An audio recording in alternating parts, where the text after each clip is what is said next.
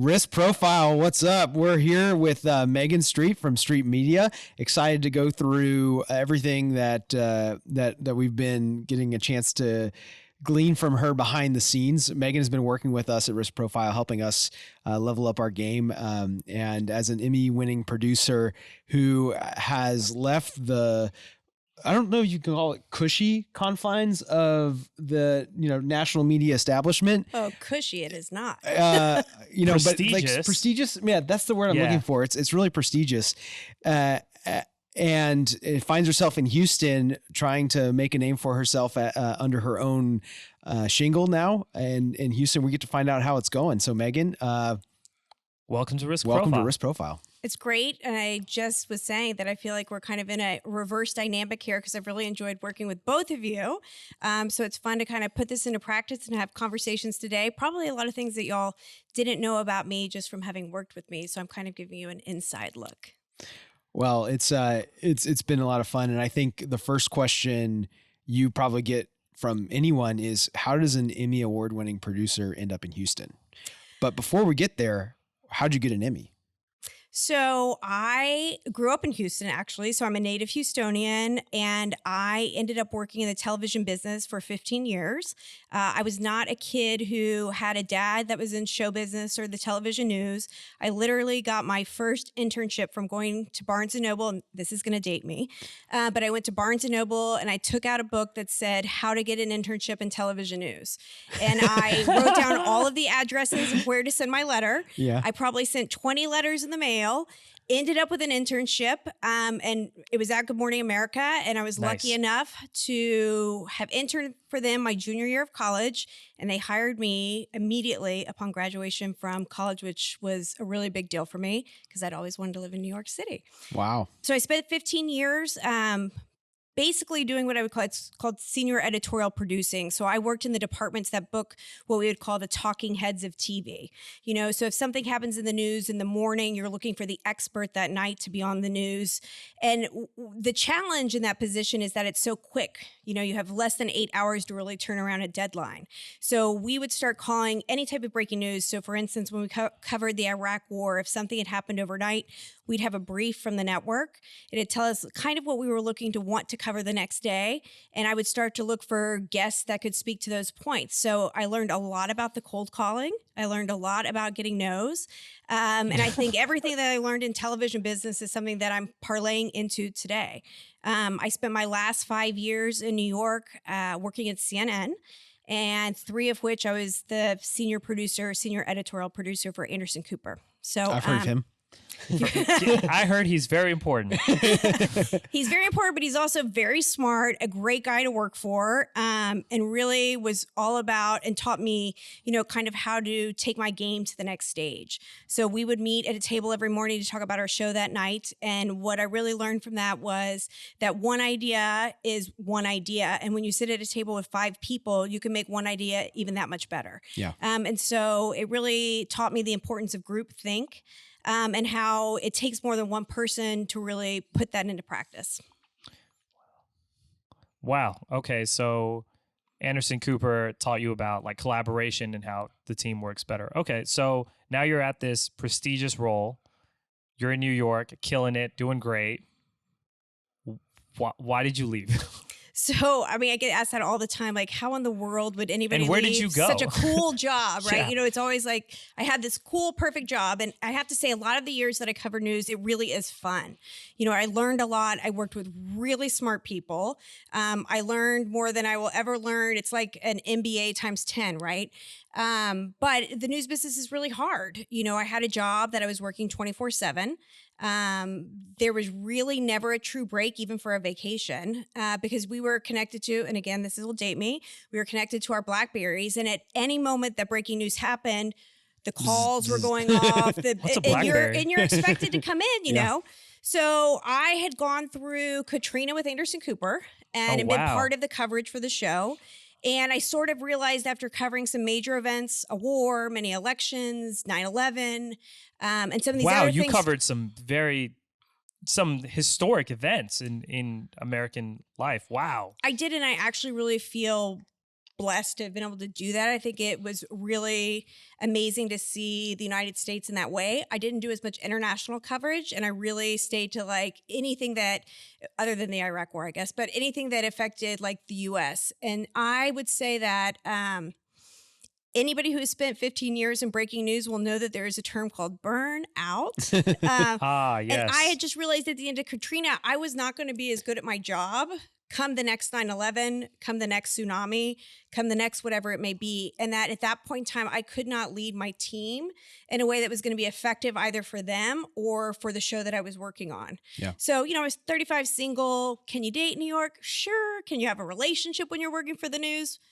They weren't working out so well, right? So I was like, I need to kind of reestablish myself. And I pivoted out of my role at CNN with an opportunity, which you will probably understand at least, is I worked for a woman named Shonda Rhimes. Oh, the Grey's Anatomy, right? She did, and now she has this show on Netflix. What's it called?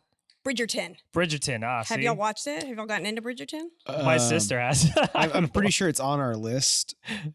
It's not really high on my priority list. Well, I would say a lot of her shows, Grey's Anatomy, I would say male, female, it doesn't matter. But, Scandal was a huge hit of hers. Mm-hmm. But I found her from just really being interested in the writing that was happening at Grey's Anatomy. I was offered an amazing opportunity to go and work as a creative consultant with her team for a pilot that was about the world of female journalists.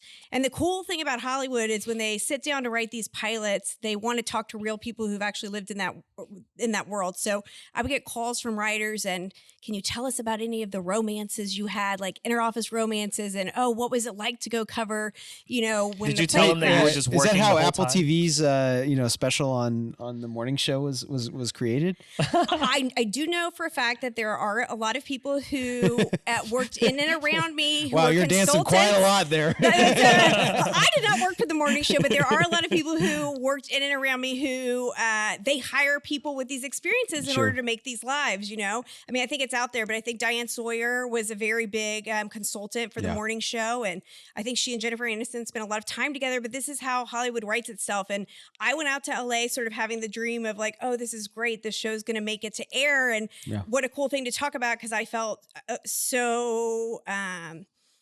I loved my experience in TV, so that was a great story to tell, right? But I found out in Hollywood that also not every show goes to air, right? Yeah. So, and I also knew that after about 6 to 8 months out there, I was either like an East Coast or West Coast person, and I would say 99% of my personality is New York, and 1% of my personality is probably Texas. Oh, that's not enough. We're gonna have to change that. We will change that. I'm glad this is not live because that needs to be edited. Like we need to change the percentages immediately. Why? I don't think it's such a bad thing to say that. I spent I spent 15, 16, 17 years here in Houston, then I spent 15 years in New York. I would say that. Yeah, so 50-50, right? That's okay, so maybe I would do a little more 50-50, but you grow so much in the ages between 22 and 35, 21 and 35.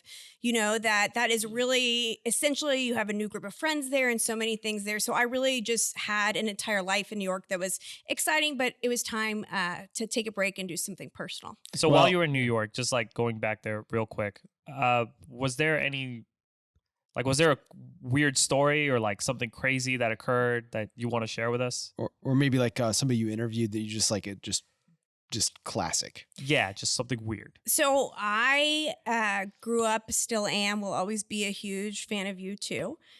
Bono was just everything to me, and I still would head to a U2 concert tomorrow. I worked for 2 years to get an interview for Bono to come on with Anderson Cooper, mainly selfishly because I was really wanting to meet him. So of course. I would have told all of my staff that. They were well aware of that as well. The culmination of that 2 years of work came down to Bono's agent and myself sitting at the Democratic National Convention in Boston when it was Bush and Kerry election. What was it, 2000 or 2004? I don't remember. 2004? Boston? I'm guessing 2000. Okay, Was so it? we were sitting at a table. Oh, no, 2000 would have been Gore. So Maybe 2004. So Yeah, I maybe was right. 2004. So we were sitting at a table of an after party, which is part of this whole experience, and I was like, come on, now's the time. Bono's here. Anderson's here. Let's make it happen. the deal was made. And I remember calling my boss in the middle of the night and saying, hey, we've got Bono booked for the other night. And he told me, I do not believe you. And I rolled in a little late for work the next day and said, no, legit, he's coming. And this is what time I'm going to walk him from here to here. And everything was done.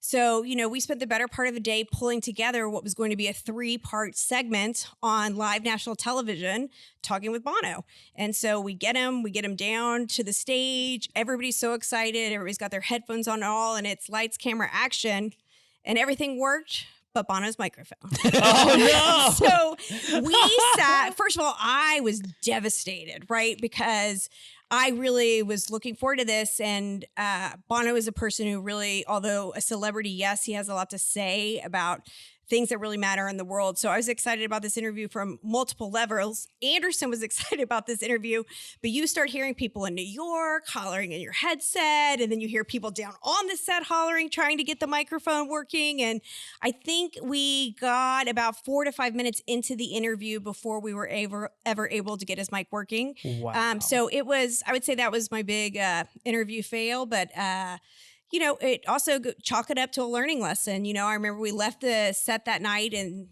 I would say my boss didn't calm down about it maybe for like 2 weeks. But then you look back and you go, okay, so when we're doing remote segments, how do we make sure that doesn't happen next time? Yeah. And I think that's part of it. But I did get to meet him. So at that point, that's really what So matters. East Coast, West Coast, you find yourself to Houston because you got an attractive job opportunity, or because... Or you were just like, let me go try the third coast. Yeah, You've tried it all. What happened? So Texas was calling? in LA, I had also worked for a man named Michael Eisner, who used to be the former head of Disney. Disney, yes. At the time, he had a show on CNBC called Conversations with Michael Eisner. And he was allowing me to have a little office out of his new production company in LA. And I walked in and told him, hey, here's the deal. My pilot is not going to air. Nothing's happening. And of course I hear, I told you so. Those pilots And don't. he says, I could have told you that before. And I said, 2, LA is really not my thing. I'm not into this. 3, I've decided I want to move back home to Texas. Can I help produce your show from Texas? Of which I got a yes. And I literally already had a flight out 2 days later. So whether he said yes or not, I was kind of gone. Oh, wow. But he said, great. So I could come to Texas and work really from anywhere. And I did that for a long time before the show went off the air. I think we were on the air maybe 1 or 2 years. I'd have to go back and look. But it was great because then I could fly if he had an interview in Vegas, and we'd fly to Vegas to do the interview. And if he had an interview somewhere else, I could fly anywhere as well. So what I did for that job, remote work was fine. Awesome. So I'm hearing the trappings of entrepreneurship just throughout the story. You had to teach yourself basically how to find a job before the internet was around to kind of show you how to do that. Everybody should have to learn it that way. Yeah, I think, too. Yeah, we'll see. When we got kids, I don't know that Barnes and Noble is open right now, but we're going to do our best. I know it's really dating myself at Barnes and Noble. No. And so you're going through that. You're managing not only the place that you're living in, but also like who that place is turning you into, and searching out like the skills that you're trying to build before finding yourself in Houston, really kind of stepping out on the next thing. What was that transition really like for you? Did you find it engaging muscles you'd never engaged before? Did it really feel like it was you could do it because of what you had gone through beforehand? Like, what was that internal thought process? So you're talking about taking the step into Streete media Yeah. today. So I wish I could say that I always wore the hat of wanting to be this big entrepreneur. But the truth is I ended up an entrepreneur because I got furloughed, right? Yeah. So COVID happened and I was working at a big company called Landry's, who owns a lot of restaurants. A big majority of our corporate staff got laid off all in one big... It's time to Email. get furloughed. Yeah. We Yeah. got furloughed, and it was sort of like furlough and figure it out. I remember coming home to my husband that night and not telling him beforehand, and just walking in the door and saying, I got furloughed today. And I was kind of looking to see what my spouse's reaction would be. And the first thing he said is, this is the greatest thing that's ever happened to us. And I looked at him in somewhat of amazement, thinking, how could you possibly think that? And he said, this will give you the opportunity to do your own thing. And you would have never taken that opportunity yourself. And I think I was very comfortable working for big companies with a steady paycheck. And I would have had a really tough time leaving that. But given the COVID opportunity, I was ready to sort of take it, on.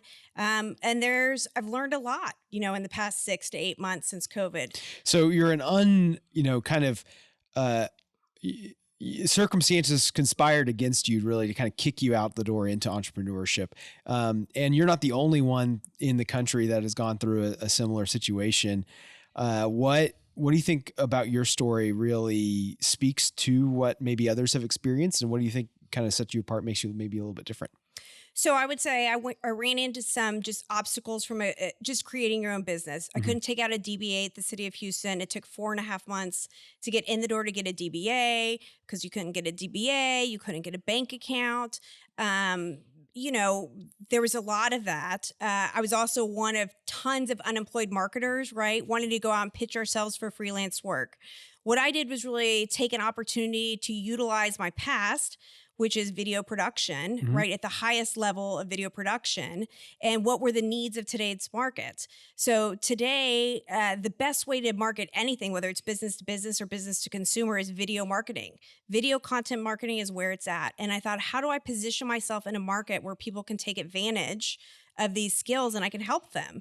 And so what I started was a quote unquote agency. I'm not sure that I totally buy into that agency word. But what I do is a lot of consulting with people on how to properly use video to position your business and how to properly position yourself on video or podcasts, in order to set yourself up for success. Fascinating. So when you had the encouragement from your husband, okay, now it's time to turn this into your thing. You have this opposition with the city of Houston getting registered and really kind of building that maybe internal or external legitimacy that you really need to conduct business. You start throwing lines in the water to get clients. You start the first writing. thing I thought to myself is where can my video skills and my media training skills be utilized? And what I looked at was who's using this on their phone, right? And influencers have completely and totally changed the marketing game. And I kept thinking a lot of these influencers are sometimes only using pictures versus video. And a lot of them have become quote unquote journalist or on camera talent without any sort of training of being the on camera talent. And the way that I looked at it is if I was an influencer and, making a good amount of money, like, doing this business online, and they work hard, by the way, a lot of people don't give them credit. There's a lot to be said about what they do. But I knew that I could go in and work with some influencers and help them achieve better skills of presentation on camera and that their sales would escalate. And so what I did was take on a few test cases, and I went in and worked with 2 different girls here and showed them, let me take you through all of my media training. Let's practice in front of the camera. Let's go just take a shoot with a cell phone, like not even a professional camera. Let's just go take a cell phone out. Let's go try this. And then what we did was really track the results. I'm very research driven. I really believe any sort of marketing should be driven by what the research and the analytics shows. And so to an end that I've been able to prove my point, like the use of video does sell more. And I think a lot of the national statistics would even say that today. I mean, 64% of consumers today says that they are more likely to buy a product if they have seen a video about it. And when you start to think about that, that's whether you're selling that product business to business or whether you're selling that product business to consumer. 64% is a big number. And the other research that I look at is 1,200% of people are more likely to share a video than they are to share image and text alone. So I not only was able to teach the influencers how to utilize these skills, I was also able to utilize their platform because they then in turn promoted me and my work for them. And that's actually how people found out about Streete Media. That's how we found out about you. Yeah. Yeah. It was through some of the influencer work. Right. And so they have a big voice, especially in a community like Houston. And I'm very thankful to have worked with them. I still work with them all the time. I've picked up a lot of different kinds of influencers, and that's really been enjoyable. But that's kind of how I first got the word out, was through the influencer community. So like you have this background and it's taught you a lot and it's taken you to all parts of the US. Now you're in Houston trying to grow. How do you stay ahead of the curve? You know, how do you not get left behind? So I say, I don't know that I like the word agency. I don't know that I like the word consultant, but a lot of what I do is consulting, right? And I believe in consulting so much that I hire people to help me consult on my company.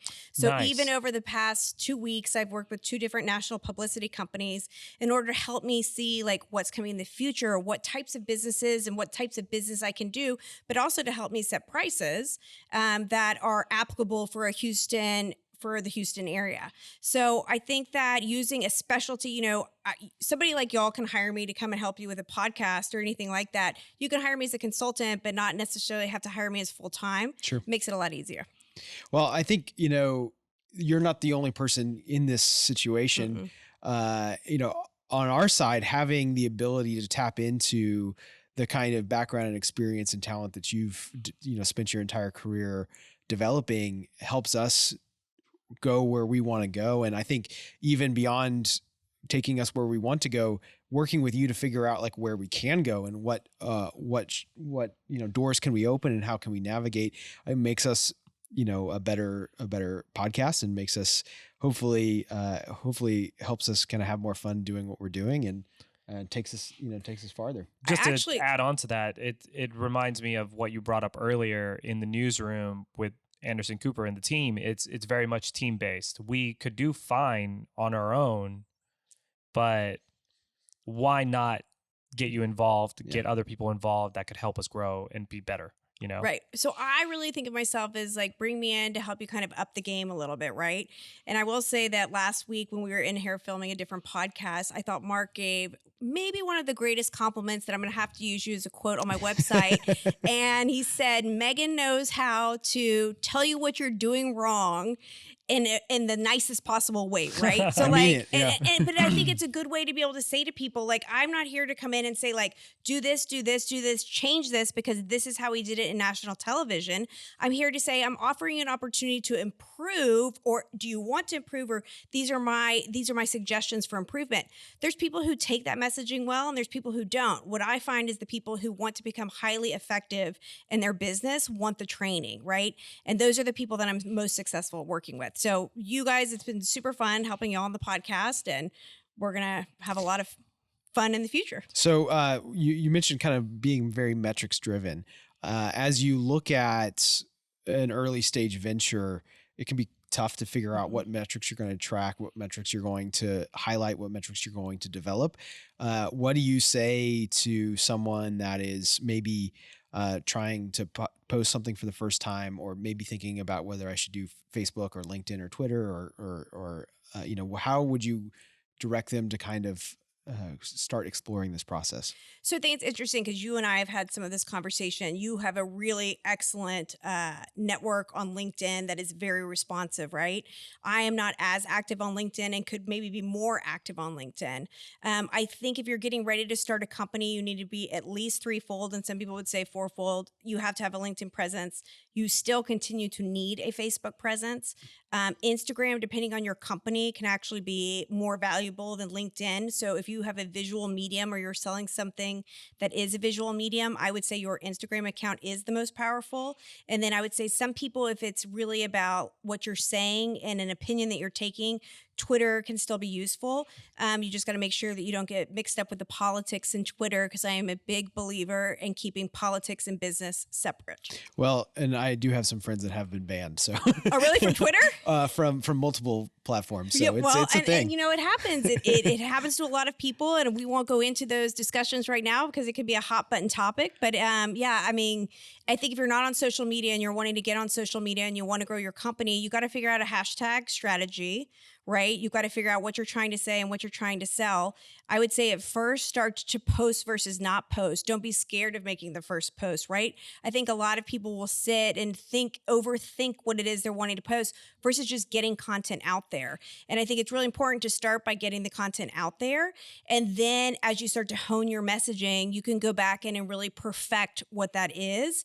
But if you don't start somewhere, you're not going to start. So that's why I tell people, turn on the camera, get in front of it. And the more you do it, the more comfortable you're going to become. So is getting furloughed from Landry's the best thing that's ever happened to you? So I would say, Or was your husband wrong? I don't know. I think I do think that my husband thought I'd have a whole lot more time to make dinner at night. And that has not necessarily happened at all. But because I've really truly been busy, but I do think that blessings can come in ways of in different ways. And I think I never would have had this opportunity, and I would have always thought to myself, what would it be like to do my own thing? And I have been so creatively let free in a way by being able to work with so many different clients that I really feel like this is the best thing that has happened for me. And, let's talk a year from now and let's see if I am still thinking the exact same thing. But, I like to have something different every day. That's what I was used to in the newsroom. So because I'm able to move from a client like you today who has a VC fund and came from a tech background, and tomorrow I'm working with a cook who wants to learn more about how to be and cook recipes in front of the camera. For my creative brain, this is awesome, right? And it's probably the most excited I've been about something professionally since I did leave the news. Awesome. So Megan, before we go, how can people reach you? How can people contact you? So you can find me at my website, which is streetmedia.com, and it's STREETE media.com. I'm also on Instagram at Street Media. If you just type into, I should also say I go by Megan Hundall Street, mainly because I didn't get married till I was 38, 39 years old. So most of my New York contacts know me as Megan Hundall versus Megan Street. But if you go on and type Street with an E, you can find me, and my number is in the Google listing, and feel free to reach out. Well, thank you, Megan. Thank you for helping us. Thank you for this podcast. We've really enjoyed having you as a guest and working with you. To the viewers at home, you guys have been fun. Yeah, that's what I like to hear. To the viewers at home, please follow us. Please subscribe. If you have any feedback, we'd love to hear it. Please email Mark at riskprofile.us.com. Nope, just No, US. just .us. Or Harris at riskprofile.us. And make sure that you tune in to see the next episodes from season 2. Yes. Give them a little promo. We've got more people coming up in season 2. Very interesting. We've been getting really excited about these guests. Yeah, we've got some we're some good people in the pipeline. This is going to be fun. But to the viewers at home, thank you for listening. Please subscribe, leave a comment. We read all of them. If you have any suggestions, please email us, follow us on LinkedIn, and thank you for listening. Be someone.